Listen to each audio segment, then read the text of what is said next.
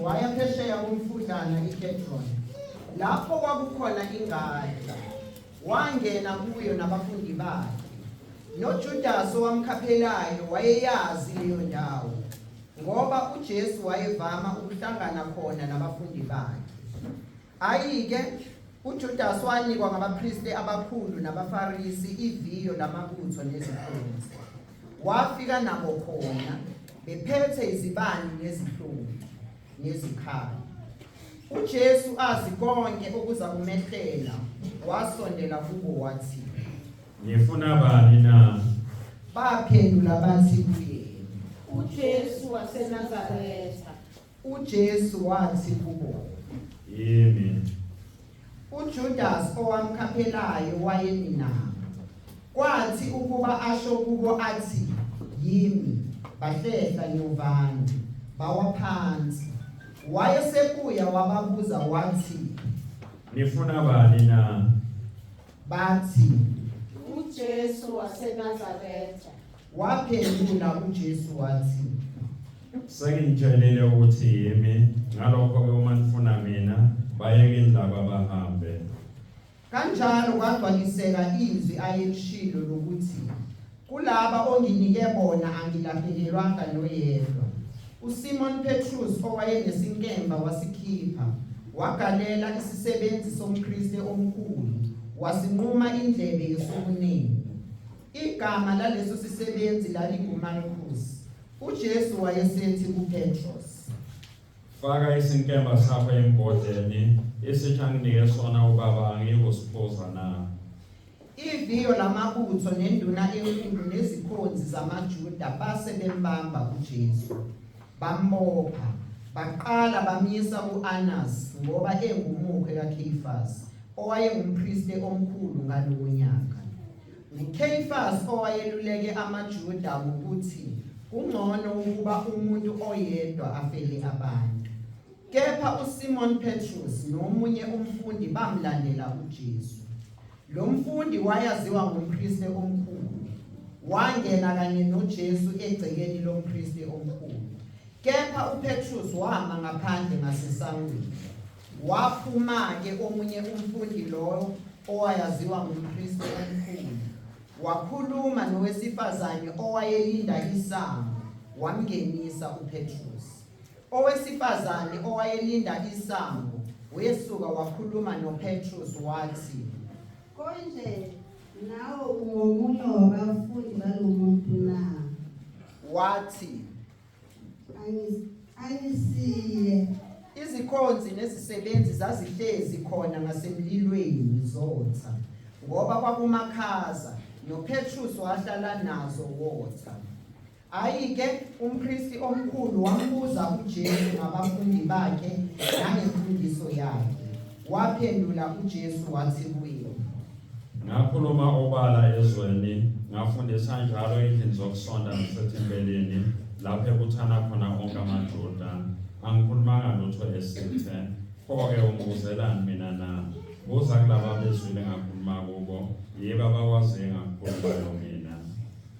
wathi ukuba asho lokhu isikhonzi kwezazikhona samukula uJesu sathi, Umpristi omkhulu umphendula kanjena na? uJesu waphendula wathi, "Uma ngikhulume kabi, fakaza phela ngalokho kubi, kodwa uma ngikhulume kahle ungishayelani na?" u-Anas wamthumela eboshiwe kuKhayifasi umpristi omkhulu. Kepha uSimon Petrus wayehlezi odla. Base bethi kuye, Konje nawe ungomunye wabafundi bakhe na?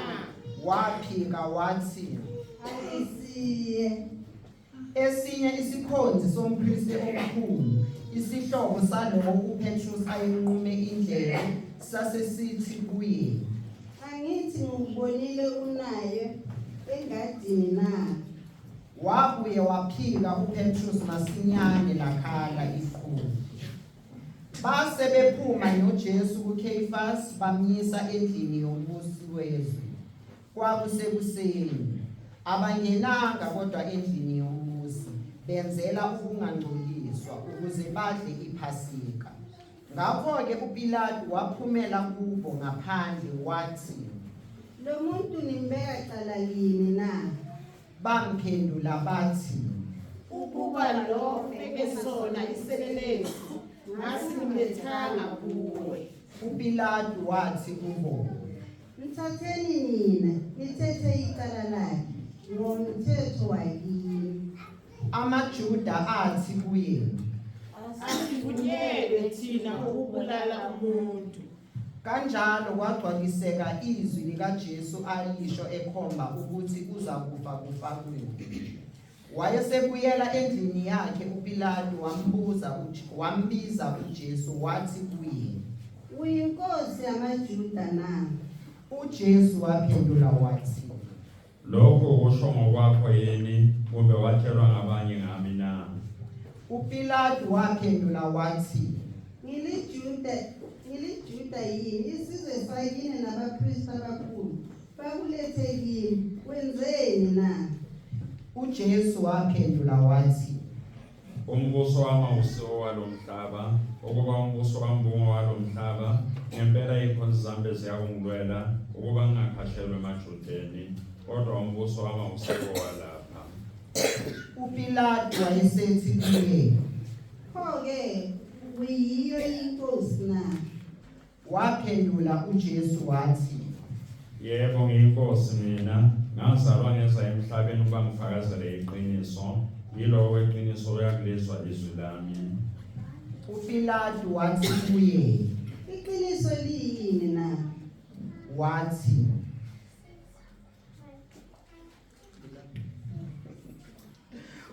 ukuba asho lokho waphindela emaJudeni wathi kuwo, Mina angifumani cala kuye, kepha kungumkhuba wenu. Kungumkhuba wenu ukuba nimkhululele omunye ngePhasika. Niyathanda yini ukuba nginikhululele inkosi yamaJuda na? babuya bamemeza bathi, Asimfuni lo, sifuna uBarabhasi. uBarabhasi wayeyisigebengu. Lapho-ke uPilato wayesemthatha uJesu wamshaya. Amabutho-ke aluka umqhele wameva, awufaka ekhanda lakhe, amembathisa ingubo ebomvu, asondela kuye athi, Bayede Nkosi yamaJuda. amukula. uPilato wabuye waphumela phandle wathi kubo, Bhekani, nginikhiphele kini ukuba nazi ukuthi angifumani cala kuye.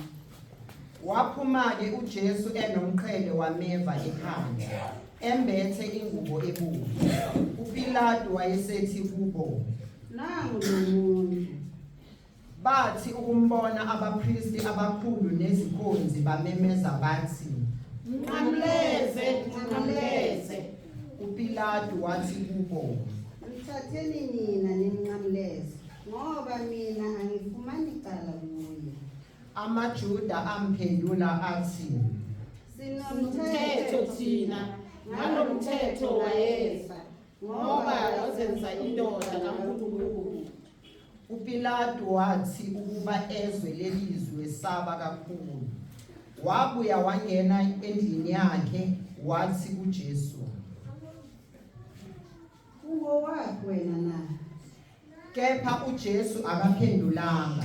Ngakho-ke uPilato wayesethi kuye, Awungiphenduli na? Awazi ukuthi nginamandla okunqamleza, nginamandla futhi okukhulula na?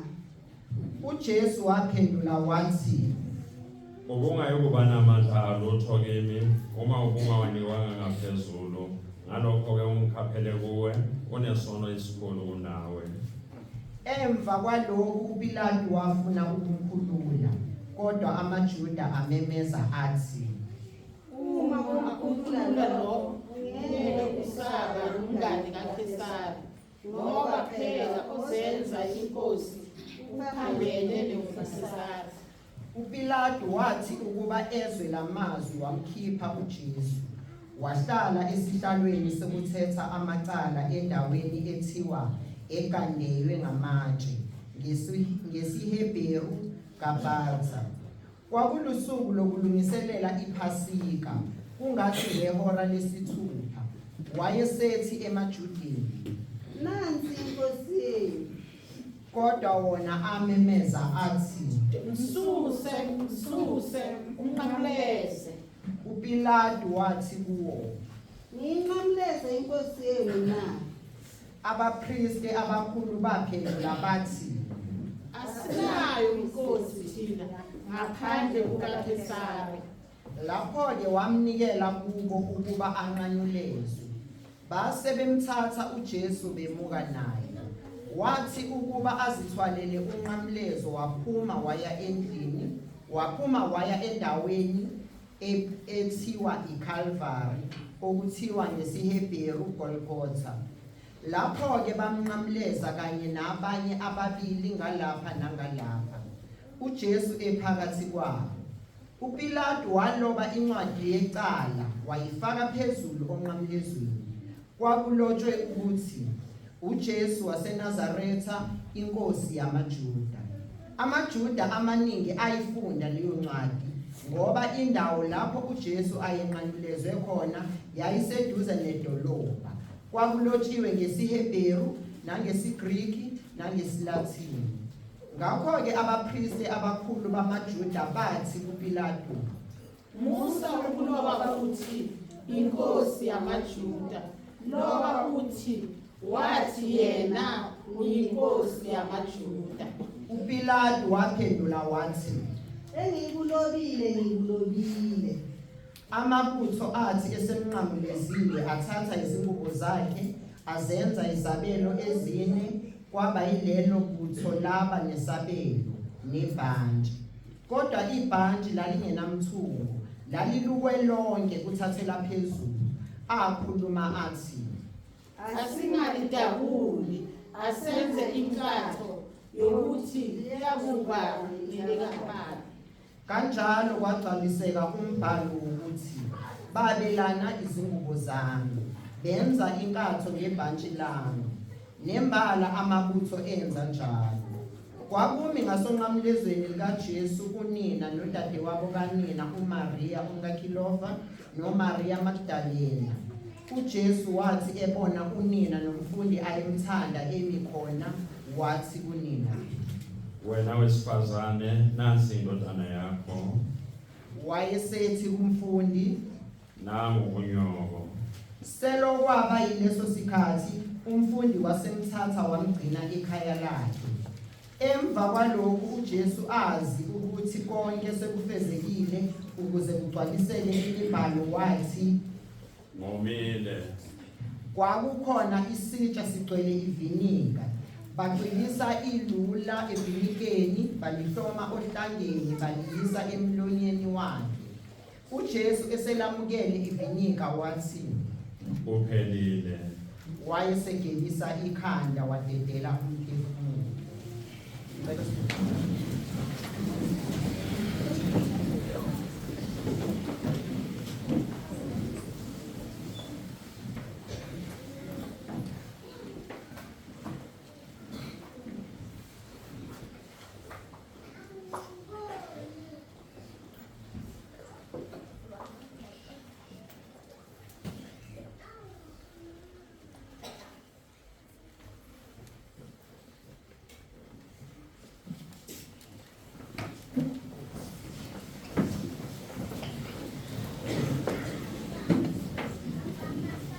Njengalokhu kwakulusuku lokulungiselela iPhasika, amaJuda abengafuni ukuba iziduku zihlale onqamlezweni ngeSabatha, ngokuba lwalulukhulu lolo suku lweSabatha. Acela kuPilato ukuba kwaphulwe imilenze yabo, basuswe. Ezake amabutho ayaphula imilenze yokuqala neyomunye ababenqanyulezwe kanye naye. Athi ukufika kuJesu ebona ukuthi usefile, ngazaphula imilenze yakhe. Kodwa elinye ibutho lavula uhlangothi lwakhe ngomkhonto.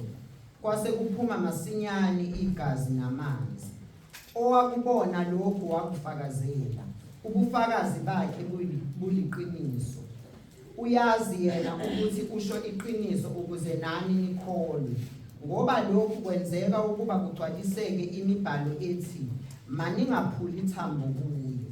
Nelinye izwi lemibhalo lithi bayakumbheka abamgwazileyo. Emva kwalokho uJoseph wase-Arimatheya, ngoba engumfundi kaJesu ngasese kodwa ngokwesaba amaJuda, wacela kuPilato ukuba asuse isidumbu sikaJesu.